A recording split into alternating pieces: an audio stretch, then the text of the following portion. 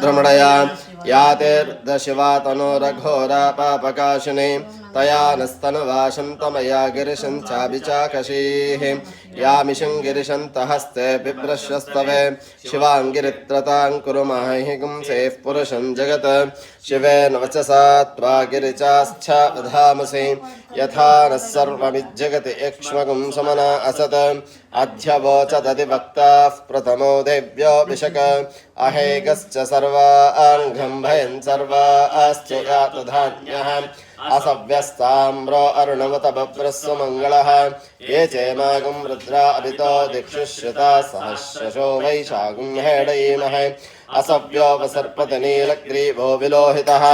उदैनं मोपा अदृशम् अदृशम् नदहात्यः उदैनं विश्वाभूतानि सदृष्टो मृडयातनः नमोऽस्तु नीलग्रीवाय सहस्राक्षाय मीडुषे अथो ये अस्य सत्त्वानोऽहं तेभ्यो कर्णमः प्रमुञ्च धन्वनस्वम्भयोरात्मयोज्या याश्चते अस्ति शवः पराता भगवो वप अवतत्तदनुस्वगं सहस्राक्षसुदे सुदे निशीर्यशल्याणां मुखा शिवो नः सुमना भव वेद्यन्दनः कपर्धिनो विशल्यो भाणवागुम् उत अनेषण्णस्य शव आभुरस्य निषङ्गतिः याते हेतर्मेडुष्टमहस्ते बभूवते तनुः तयास्मात् विश्वतक्षमैक्ष्मया